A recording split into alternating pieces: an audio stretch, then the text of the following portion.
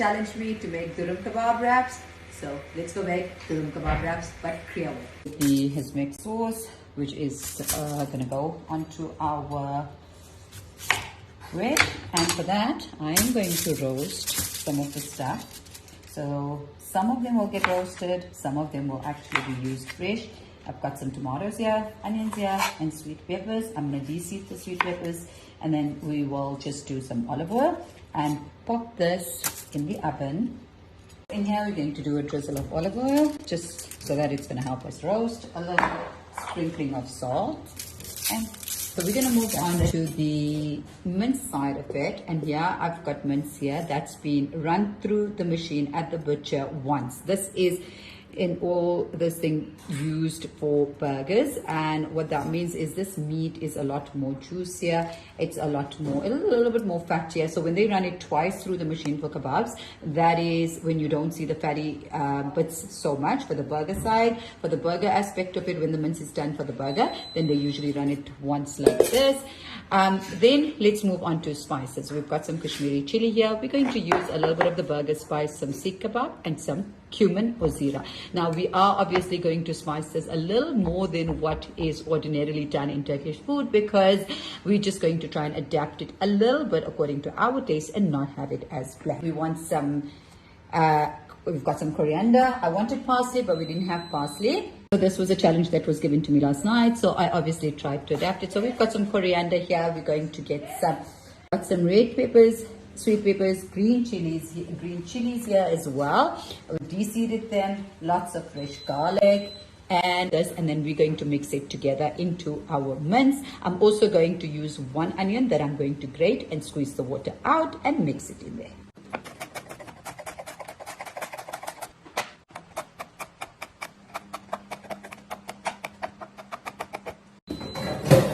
So because the Turkish kebabs are usually quite visually appealing in the sense that you can see all sorts of bright colors in there, that's why we're not going to run this through the machine. If you would like to run this through the machine, you would take pieces of meat, ideally probably around the rib area, which is the lazy part of the animal, and which is where you're going to find meat that's going to be a lot softer and fattier and nicer. What we're going to do is we're going to use this mince. We're going to take this mince here. We have drained it out. I've tried to obviously remove as much liquid from here as possible. Let's start by spicing our mince. We're going to go in with burger spice. I'll obviously put the exact quantity down for you guys.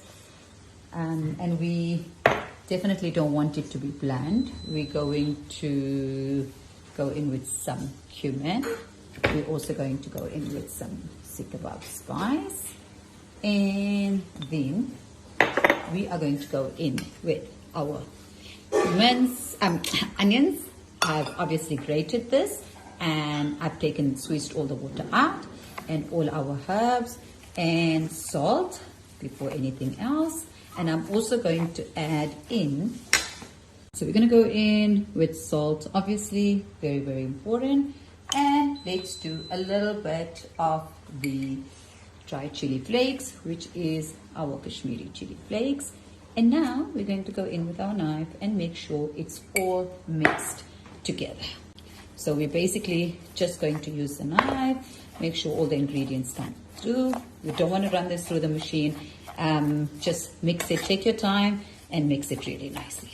Make sure you really go in with your hands and just make sure all these ingredients, your herbs, your chilies, all come together nicely. That's our mince that's been sitting in the marinade for quite some time. We are now going to start putting them into a skewer.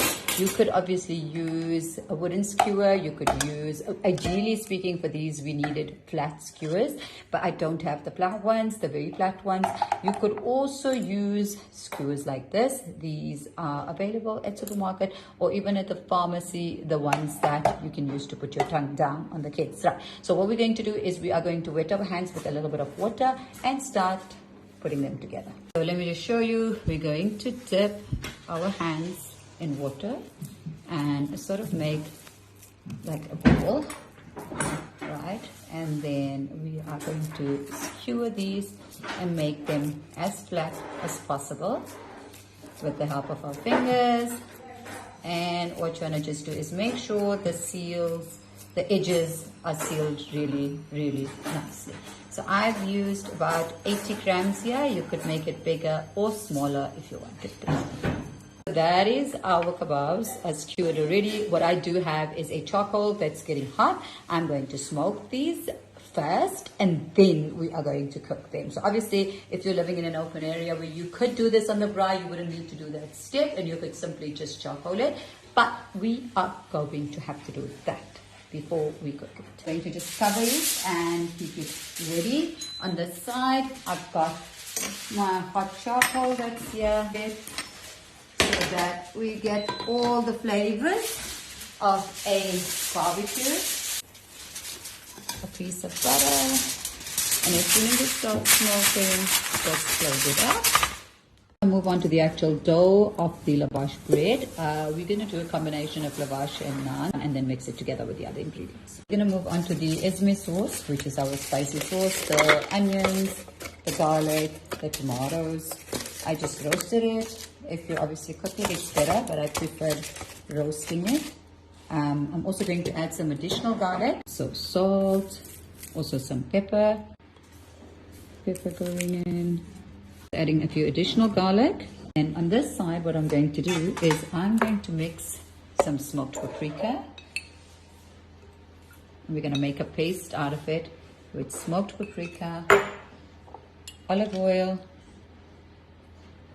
and lemon juice. We're going to give that a good mix. And then we're also going to add that into here. So let's give this a good mix. So that's our smoked paprika paste that also goes in here, and then we'll give it a good whiz.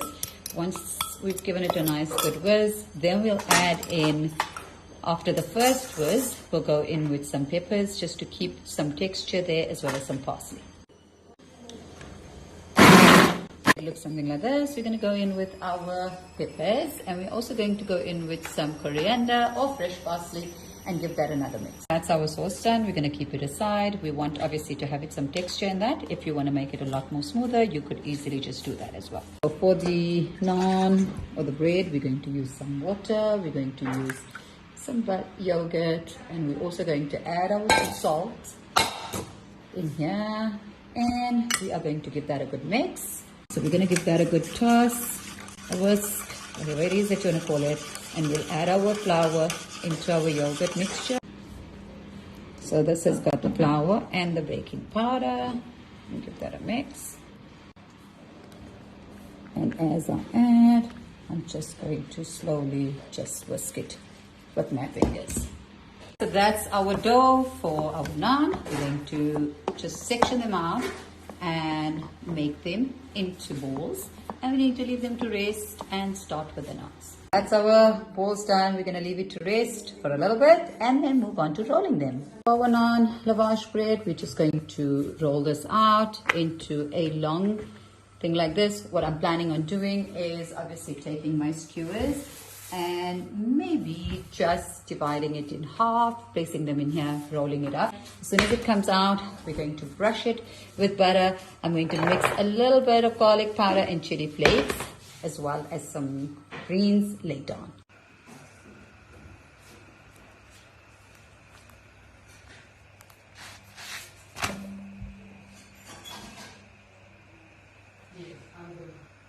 So that's our bread all done. We've spread it onto our wraps, kept it ready here. I've got some fresh mozzarella that's ready here. Frying pan here, and obviously you could do this on your braai, but if you don't have a braai, we're going to do it this way. So the only thing we need to remember, and the only thing that we need to be very careful about, is the fact that our edges are sealed really nicely. The pan needs to be smoking hot. Placing this on the edge like this, and every few minutes we're going to turn it, and we just don't want it to get dry. So before the juices start dripping, we're going to start turning them over. So what we're going to do is every now and again, in like every few minutes or so, before the juices start dripping, we are going to start turning this over. The important thing to remember here is we don't want the meat to be touching the base of this pan.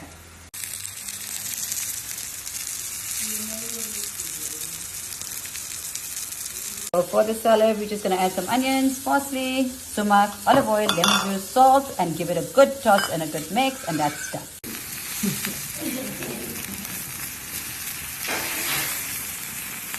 That's our kebabs. They're nice, they're juicy, they're tender, they're just perfect. We're going to just cup it with some mozzarella. I'm using fresh mozzarella here, and then obviously our onion and the salad, chili sauce.